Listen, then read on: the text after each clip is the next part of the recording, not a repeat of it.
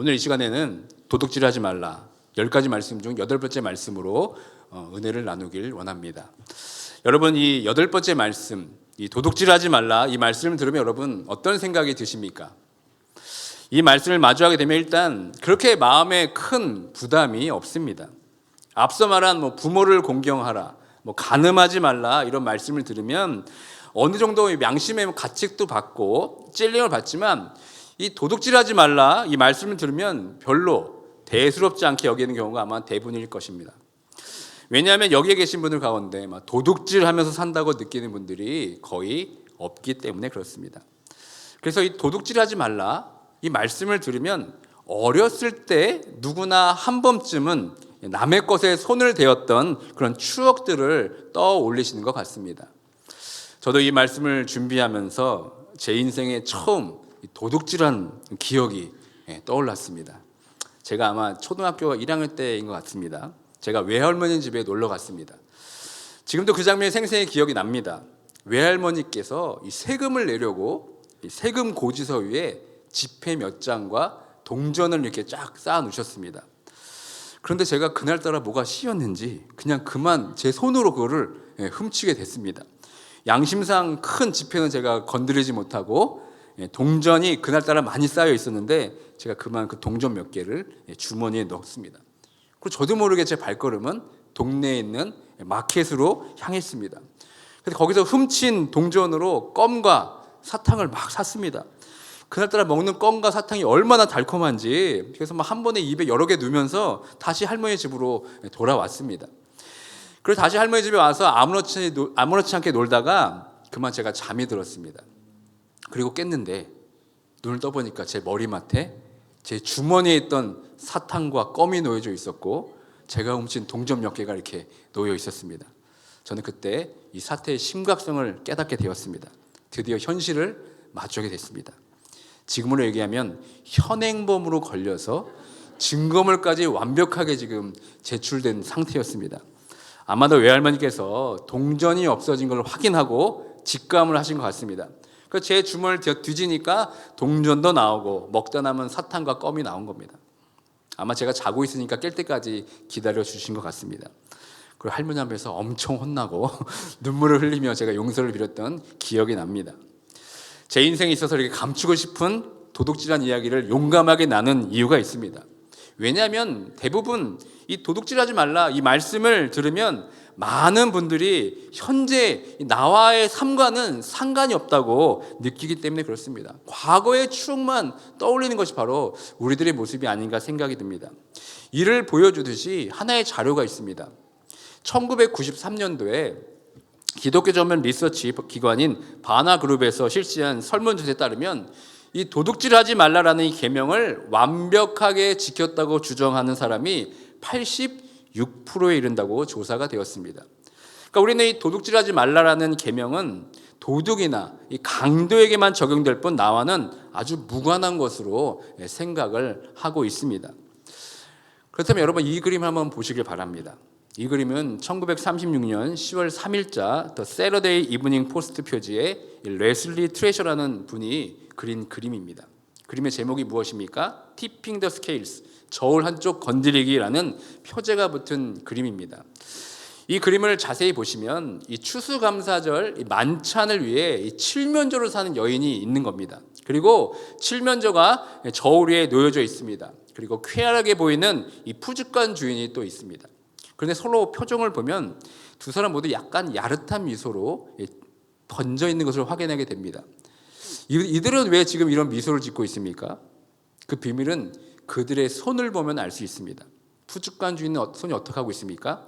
가격을 올리려고 저울을 이렇게 보이지 않게 누르고 있고, 동시에 또 이 여자는 집게 손가락으로 은밀하게 저울을 밀어 올리고 있습니다. 그러니까 서로 지금 저울을 보면서 모두 표정의 변화 없이 감쪽같이 서로 속이면서 자신의 이익을 보고 있다고 지금 생각하고 있는 겁니다. 이 그림을 보면서 여러분 어떤 생각이 드십니까? 이 그림은 그러니까 우리도 모르게 우리의 평범한 일상생활 속에서 서로의 이익을 위해서 도둑질하고 있는 모습을 풍자한 그림입니다. 사실 우리 주변에는 수많은 이 도둑질들이 일어나고 있습니다. 여러분 이 사진 다시 한번 보시기 바랍니다. 이 사진은 한국의 찜질방과 헬스장에 있는 그림입니다. 수건을 하도 훔쳐가니까 지금 어떻게 써 있습니까? 가져가면 1년 재수 없다. 그리고 수건 밑에 훔친 수건 이렇게 적혀 있습니다. 그러니까 이걸 가져가면 어떤 수건이 되겠습니까? 훔친 수건입니다. 그리고 1년 동안 재수가 없는 겁니다. 또 한국의 헬스장도 마찬가지입니다. 헬스장 이름도 재밌어요. 몸 좋아 짐 이렇게 언어 유희로 했죠. 근데 밑에 뭐라고 써 있습니까? 가져가면 몸 안 좋아짐. 네. 그러니까 찜질방도 그렇고 이 헬스장도 그렇고 얼마나 수건을 많이 훔쳐가면 이렇게 적어 놓았겠습니까? 이 한국 사람들은 왜 이렇게 수건에 집착하는지 저도 잘 모르겠습니다. 그러니까 우리가 살고 있는 일상에서 이 도둑질은 얼마든지 다양한 형태로 지금 일어나고 있습니다. 예를 들면 노동자를 착취하는 고용주도 사실 도둑질하는 겁니다. 그리고 맡은 일에 최선을 다하지 않는 피고용인들도 마찬가지입니다. 사실은 그 일을 제대로 하지 않으면 도둑질한 거나 마찬가지입니다. 그리고 성과를 거짓으로 보고하는 월급쟁이들, 불량 상품을 파는 상인, 낼 돈을 내지 않는 고객, 타인의 명성을 해치는 자, 가정의 수입을 도박이나 술로 낭비하는 아버지들, 소득세를 부정직하게 납부하는 시민들 등등 우리 일상에서 이런 것들을 쉽게 발견할 수 있는 도둑질입니다. 특별히 요즘같이 이 온라인 방송 시대를 맞이해서 허락 없이 음악이나 영상을 사용해서 다운받는 행위도 사실은 지적 소유에 대한 절도입니다. 그리고 다른 사람의 작품을 표절하거나 또 명의를 도용하는 일도 다 도둑질에 해당이 됩니다. 이처럼 우리 일상에서는 도둑질하지 말라 이 말씀을 아무렇지 않게 범하고 있고 그것을 또 아무렇지 않게 정당화시키며 살아가고 있는 것이 바로 요즘의 우리 애들의 모습이 아닌지 돌아보게 됩니다. 다시 한번 이 말씀을 통해서 하나님께서 이 말씀을 우리에게 주신 그 이유와 목적을 한번 살펴보도록 하겠습니다. 먼저 이 8번째 계명의 원어적 의미를 살펴보면 이렇습니다. 뭐뭐 하지 말라는 로, 이 부정사와 도둑질하다라는 동사 가나부가 연결된 것입니다. 그래서 이걸 원어로 해석하면 너는 도둑질하지 말라라는 말씀입니다. 앞서 살핀 두 말씀 살인하지 말라 또 간음하지 말라처럼 목적어가 명시되어 있지 않습니다. 그러므로 우리는 이 가나부의 동사의 용례를 살펴볼 필요가 있습니다. 구약에서는 이 훔치다, 이 가나부라는 동사가 총 57회가 나옵니다. 이 동사의 뜻을 결론적으로 말씀드리면 다른 사람에게 속한 것을 그의 동의나 인지 없이 가져간 것, 이것이 바로 가나부의 뜻입니다. 그렇다면 하나님께서 이스라엘 백성들에게 무엇을 하지 말라고 말씀하신 것이겠습니까? 이 가나부를 목적으로 등장하는 대상들을 살펴보면 그냥 남의 물건을 훔칠 정도의 물건이 아닙니다. 제가 표를 하나 보여드립니다. 이 표를 보시면 인간이 도둑질하는 대상은 참으로 다양합니다. 첫 번째로 구약 성경에서 인간들은 그 도둑질한 내용이 우리의 상상을 초월하게 됩니다. 소, 양, 염소, 은과 금, 돈, 이 물품은 우리가 일반적으로 훔치는 것이죠. 그런데 여러분 사람은 어떻습니까? 특히 인신매매는 참으로 상상할 수 없는 범죄입니다. 우리가 요셉의 사건을 통해 이미 알고 있듯이 그 당시에 이 노예값이 너무나 많이 나갔기 때문에 인간을 훔쳐서 노예로 파는 일들이 비일비재했습니다. 또 충격적인 것은 마지막에 보시면 이 사람의 시신도 여러분 훔쳤습니다. 또 여러분 사람의 마음도 훔치기도 합니다. 압살롬은 이 다윗 왕에게 오는 사람들을 친절하고 따뜻하게 대하는 것을 보고 성경에서는 이 압살롬을 보면서 어떻게 평가합니까? 백성의 마음을 도둑질하였다 이렇게 말합니다. 또한 인간은 하나님께 바쳐진 물건에 손을 댔습니다. 여리고 전쟁에서 하나님께서 여리고에 나오는 모든 물건에 손을 대지 말라고 말씀하셨는데 아간은 그만 그 물건에 손을 댔습니다. 그리고 집으로 가져왔죠. 그 일로 이스라엘 백성들은 전쟁에 패하게 되고 많은 백성들이 죽음을 맞이하게 됩니다. 그래도 인간은 신조차도 훔칩니다. 라헬은 야곱과 야반 도주하면서 그 아비가 섬기는 그 신, 이 드라빔을 도둑질했습니다. 이렇게 남의 신까지 훔치는 마당에 여호와의 말씀을 훔치는 것은 아무것도 아닐 것입니다. 이처럼 인간이 훔치는 대상은 상당히 포괄적입니다. 그러니까 여덟 번째 말씀은 그저 남의 물건을 훔치지 말라는 것으로 우리가 축소해서 해석하면 안 됩니다. 도둑질하지 말라는 것은 방금 언급한 모든 것을 말하는 것입니다. 단순히 사람의 재산만이 아닙니다. 잘못된 의도를 가지고 사람의 마음을 훔치는 것도 여러분 도둑질입니다. 그리고 마땅히 하나님께 드려야 할 것을 드리지 않는 것도 도둑질입니다. 이 말씀에 비추어서 우리 삶을 살펴보면 인간들은 누구나 도둑질할 수 있으며 이 도둑질은 우리 일상생활에 삶에 아주 뿌리 깊게 박혀 있는 것을 우리는 확인할 수 있습니다. 그러므로 이 여덟 번째 말씀, 도둑질하지 말라, 이 말씀 우리가 가볍게 여겨서는 안 됩니다. 이 말씀을 우리에게 하신 그 의미와 목적을 발견해야 합니다. 그렇다면 하나님께서 이 여덟 번째 말씀을 우리에게 주신 목적이 무엇이겠습니까? 먼저 이 도둑질하지 말라라는 것은 우리에게 사적인 재산을 소유할 권리가 있다는 것을 우리에게 알려주는 겁니다. 이것은 한 인간이 누릴 수 있는 자유의 최소한의 것입니다. 그런데 여러분, 더 중요한 것이 있습니다. 내가 누리고 있는 사적인 재산이 나의 노력과 의지로 얻은 것이긴 하지만 더 중요한 것은 이 모든 것을 하나님께서 내게 주셨다는 사실을 우리가 잊으면 안 됩니다. 우리가 소유한 모든 것은 하나님이 주신 것이고 우리는 그것을 잠시 돌볼 뿐입니다. 여러분, 아담을 한번 생각해 보시길 바랍니다. 아담은 어떤 재산도 소유하지 않았습니다. 그는 단지 하나님께서 주신 모든 것을 관리했을 뿐입니다. 창세기 2장 15절의 말씀 함께 읽도록 하겠습니다. 여호와 하나님이 그 사람을 이끌어 에덴 동산에 두어 그것을 경작하며 지키게 하시고, 아담은 에덴 동산의 모든 것을 누리고 즐겼습니다. 그런데 하나님께서는 그 에덴 동산의 모든 것을 소유하라고 주신 것이 아니라 경작하고 지키게 하셨다는 것입니다. 그러니까 모든 것이 다 하나님의 것이고 단지 아담에게 맡긴 것뿐입니다. 욥은 이 사실을 누구보다 잘 알았습니다. 욥기 1장 21절의 말씀 함께 읽도록 하겠습니다. 이르되 내가 모태에서 알몸으로 나왔은즉 또한 알몸이 그리로 돌아가올지라 주신 이도 여호와시오 거두신 이도 여호와시오니 여호와의 이름이 찬송을 받으실지니이다 하고. 사랑하는 성도 여러분, 우리의 것은 하나도 없습니다. 우리가 소유하고 있는 것은 다 하나님께서 주신 것이고 우리는 그저 관리하고 돌볼 뿐입니다. 여러분, 청지기라는 말을 들어보셨을 것입니다. 청지기란 다른 사람의 소유물을 돌보는 사람을 가리켜서 청지기 이렇게 말합니다. 그러니까 청지기는 자기 마음대로 그것을 사용할 자유가 없고 주인의 의도에 따라서 관리할 뿐입니다. 그러니까 우리가 가지고 있는 재산, 재능, 자녀, 건강 등 다 하나님께서 주신 것입니다. 내 것은 사실 하나도 없습니다. 다만 이것들을 우리가 소중히 다스려야 합니다. 그러므로 우리가 소유하고 있는 것들이 다 주님의 것이라고 우리가 믿는다면 남의 가진 것도 다 하나님께서 주신 것입니다. 그러니까 하나님이 다른 것 사람에게 주신 것을 우리 자신을 위해서 취할 권리가 우리에게는 하나도 없다는 겁니다. 우리는 이 말씀을 통해 우리 자신을 다시 한번 돌아봐야 합니다. 내가 지금까지 살면서 은밀하게 도둑질한 것이 있다면 살펴보시고 그것을 다시 보상할 수 있어야 합니다. 여러분 삶을 다시 한번 곰곰이 살펴보시길 바랍니다. 내가 갚겠다고 했던 것들을 갚지 않고 다시 돌려줘야 할 것을 돌려주지 않는 것들이 무엇인지 한번 여러분 살펴보시길 바랍니다.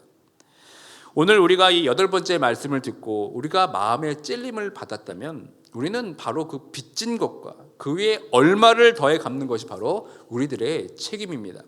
여러분, 삭개오 잘 아시죠? 삭개오는 이 말씀을 제대로 이해한 사람이었습니다. 누가복음 19장 8절의 말씀 함께 읽도록 하겠습니다. 삭개오가 서서 주께 여짜오되 주여 보시옵소서 내 소유의 절반을 가난한 자들에게 주겠사오며 만일 누구의 것을 속여 빼앗는 일이 있으면 내 갑절이나 갚겠나이다. 아멘. 그러니까 삭개오는 자신의 잘못을 깨닫는 데 멈춰 있지 않았습니다. 그는 바로 삶으로 실천하기로 결심했습니다. 그러니까 여러분, 듣고 아는 것과 행하는 것은 천지 차이입니다. 깨닫고 삶의 실천으로까지 우리는 나아가야 합니다. 여러분, 만약 이 여덟 번째 말씀을 듣고 누군가에게 돌려주고 갚아야 할 것이 있다면 여러분 바로 실행에 옮기시길 바랍니다. 이 말씀을 듣고 찔림 맞는 것으로 이 말씀을 잘 지켰다고 결코 말할 수 없을 것입니다. 마음에 뜨끔하고 그냥 회개 기도한다고 이 말씀을 잘 지켰다고 착각하시면 안 됩니다. 사실 우리는 정답을 이미 다 알고 있습니다. 그런데 우리의 신앙생활은 정답을 아는 것으로 우리가 끝이 나면 안 됩니다. 이 정답을 아는 것이 신앙이 아니라 정답대로 살아가는 것이 바로 신앙입니다. 다시 한번 화면을 보시면서 함께 읽어보도록 하겠습니다. 정답을 아는 것이 신앙이 아니라 정답대로 살아가는 것이 바로 신앙입니다. 가만히 우리 신앙을 돌아보면 우리는 입술과 혀로만 신앙생활하는 것 같습니다. 정답은 다 말할 줄 압니다. 그런데 정작 우리의 손과 발은 움직이지를 않습니다. 마음은 있는데 이 삶의 실천으로 옮겨지지가 않습니다. 아는 것과 행하는 것에 일치가 되어야 하는데 우리의 그 간격은 너무나도 큽니다. 다시 한번 오늘 이 도둑질하지 말라 이 말씀을 통하여서 우리의 삶을 돌아보고 정직하게 갚아야 할 것이 있다면 갚고 다시 돌려줘야 할 것이 있다면 돌려줄 수 있는 살아있는 신앙이 되길 주님의 이름으로 축원드립니다. 십계명의 말씀은 소극적인 것과 또 적극적인 면이 있다고 말씀을 드렸습니다. 이 소극적인 자세는 그냥 도둑질하지 않는 것으로 멈춰 있는 것입니다. 그런데 하나님께서 우리에게 원하시는 것은 도둑질하지 말라라 멈춰 있는 것이 아닙니다. 어떻게 하면 우리는 이 여덟 번째 말씀을 적극적인 말씀으로 지킬 수 있겠습니까? 에베소서 4장 28절 말씀 함께 읽도록 하겠습니다. 도둑질하는 자는 도둑질하지 말고 돌이켜 가난한 자에게 구제할 수 있도록 자기 손으로 수고하여 선한 일을 하라. 아멘.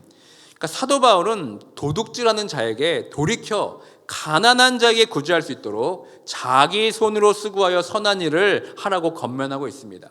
그러니까 자기 손으로 수고해서 일해서 구제하는 선한 일을 하라고 지금 말씀하고 있습니다.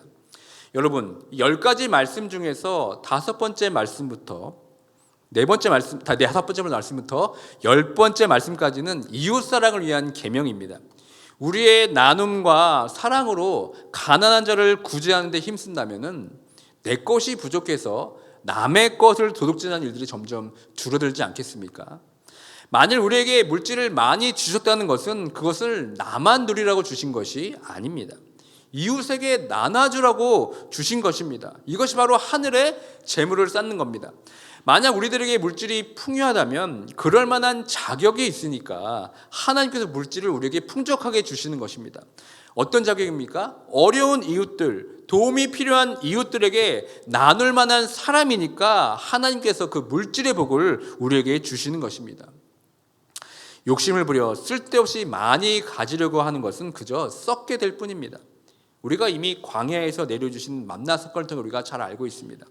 매일매일 주시는 하나님의 그 공급하심과 은혜를 의지하지 않고 내 힘으로 그것을 소유하고 축적하고 의지하게 될 때 결국 그 만나는 썩게 되는 것을 우리는 성경을 통해 배웠습니다.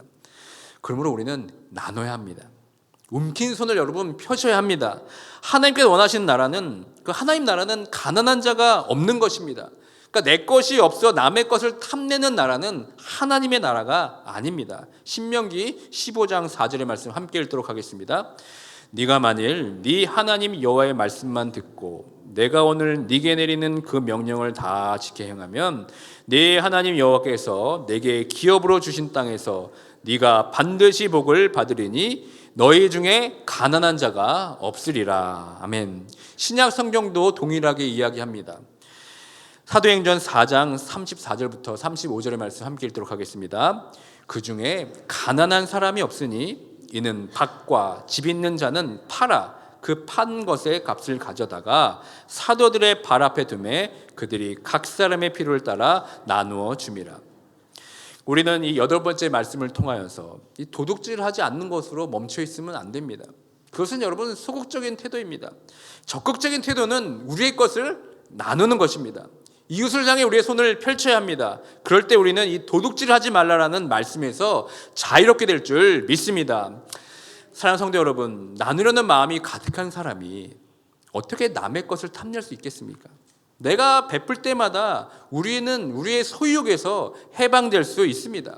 계속해서 나눌 때 우리는 탐욕에서 자유롭게 됩니다. 17세기 영국의 설교가 또 신학자인 토마스 왓슨이 자기 것을 도둑질한다라는 것을 표현하면서 이것이 가장 교묘한 도둑질이라고 이야기합니다. 여러분, 이 자기 것을 도둑질한다는 뜻이 어떤 의미입니까? 자기 것인데 어떻게 그게 도둑질이 되겠습니까? 이 왓슨이 말한 것은 자기 것을 도둑질한다는 행위는 나누지 않는 삶을 가리켜 이렇게 말합니다. 그러니까 나누지 않는 삶이 도둑질이라는 겁니다. 그러니까 도둑질이 이러한 의미라면 이 도둑질하지 말라라는 이 8번째 말씀에서 자유로운 사람은 아마 한 사람도 없을 것입니다.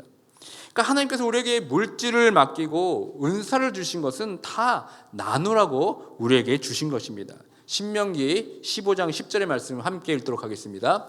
너는 반드시 그에게 줄 것이요 줄 때에는 아끼는 마음을 품지 말 것이니라. 이로 말미암아 네 하나님 여호와께서 네가 하는 모든 일과 네 손이 닿는 모든 일에 네가 복을 주시리라. 아멘. 여러분, 이 받는 것보다 주는 것이 더 큰 기쁨임을 알고 계십니까? 이제는 받는 기쁨보다 나눠주고 주는 기쁨을 여러분 소유하시길 바랍니다. 이것은 내가 물질이 많고 적음에 있지 않습니다. 이 기쁨을 아는 사람들은 늘 주기를 원합니다. 하나님께도 여러분 마찬가지죠. 여러분의 기도는 늘 어떻게 끝납니까? 무엇에 주시옵소서. 항상 이렇게 끝나지 않습니까? 어떤 분들은 얼마나 간절하게 하시는지 무엇에 주시옵소서가 아니라 무엇에 주시옵소서 이렇게 기도를 합니다. 사랑하는 성도 여러분, 우리 8번째 말씀을 우리가 온전히 깨달았다면 이제는 무엇에 주시옵소서가 아니라 하나님 아버지, 이제 내가 하나님 아버지께 무엇을 드려야 하겠습니까? 이런 기도를 여러분 받게 되지 않겠습니까? 나의 모든 소유가 다 하나님께로부터 왔습니다. 그러므로 우리는 다시 하나님께 자원하는 마음으로 아낌없이 드릴 수 있는 모두가 되길 주님의 이름으로 축원드립니다. 마지막으로 우리가 기억해야 할 것이 하나 있습니다. 사실 우리는 예수님과 같이 십자가에 못 박혀 죽어야 했던 강도였다는 사실입니다. 이 강도의 사전적 의미가 무엇입니까? 강도는 다른 사람의 재산을 빼앗는 범죄자를 말합니다. 지금까지 우리가 앞에서 살펴보았듯이 우리는 우리 모르게, 내 자신도 모르게 남의 것을 참 많이 훔치며 살았습니다. 그리고 하나님의 것도 훔쳤고 또 사람의 것도 훔쳤습니다. 하나님께 마땅히 바쳐야 할 것도 중간에서 가르치고 얼마나 많은 것들을 훔쳤는지 모릅니다. 그러면서 십자가상의 강도를 보면서 마땅히 죽어야 할 자라고 손가락질하는 것이 바로 우리들입니다. 그러나 여러분, 우리가 반드시 기억해야 할 것은 바로 내가 그 죄인이며 강도였다는 사실입니다. 우리는 두 강도 중에 한 강도처럼 예수여 당신의 나라에 임할 때 나를 기억하소서라고 고백할 수 없는 죄인들입니다. 예수 그리스도는 이런 죄인이며 강도와 같은 우리들을 위해 어떻게 하셨습니까?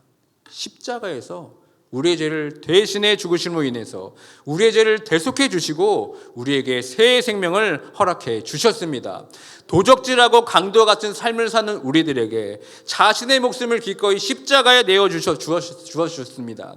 도둑질하지 말라, 이 8번째 말씀을 지키기 위한 가장 최고의 나눔, 즉 자신의 목숨까지 우리를 위해 나누어 주셨습니다. 우리가 그 사랑을 온전히 깨달았다면 이제는 더 이상 강도와 같이 도둑질하며 살아서는 안 될 것입니다. 그저 소극적으로 도둑질하지 않는 것에 멈춰 있는 것이 아니라 이제 예수 그리스도께서 받은 그 사랑과 은혜를 아낌없이 이웃들에게 적극적으로 나누어 줘야 될 줄 믿습니다. 내 것은 하나도 없고 다 주님의 것을 고백하면서 우리의 도움이 필요한 곳에 우리의 시간, 물질, 재능, 그리고 제일 중요한 이 생명의 복음을 아낌없이 나눠줄 수 있는 모두가 되길 주님의 이름으로 축원드립니다. 말씀을 맺습니다. 이제 우리는 예수 그리스도께서 이 도둑질하며 살았던 우리들을 구원해 주기에 십자가에 매달려 죽임 당하신 그 고난을 기억하고 묵상하는 이 고난 주간으로 한 주를 보내게 됩니다. 여러분들에게 이 고난 주간은 어떤 의미로 다가오고 있습니까? 강도와 같이 도둑질하며 살았던 나를 구원해 주신 그 십자가의 사랑을 깨닫는 여러분 한 주가 되어야 되지 않겠습니까? 강도와 같이 나를 위해 자신의 목숨을 내어주신 그 십자가 사랑 앞으로 우리가 나아와야 되지 않겠습니까? 다음 주에 있을 특별 새벽 기도에 여러분 헌신하시길 바랍니다. 이제는 도둑질하지 않는 것으로 멈추는 소극적인 신앙생활에서 여러분 벗어나시길 바랍니다.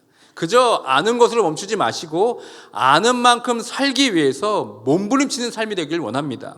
특별 새벽 기도를 통해서 적극적으로 내가 나눠야 할 그 생명의 복음이 무엇인지 다시 한번 깨닫기 원합니다. 적극적인 이 몸부림으로 내가 나눠야 할 그 복음 앞으로 나오시는 한 주가 되길 주님의 이름으로 축원드립니다. 내가 나눠야 할 복음의 진정한 의미가 무엇인지 깨닫고 나의 물질과 또 재능, 시간, 그리고 가장 중요한 복음을 나누는 삶으로 변화되어서 도둑질하지 말라 이 말씀에서 자유하는 모두가 되길 주님의 이름으로 축원드립니다.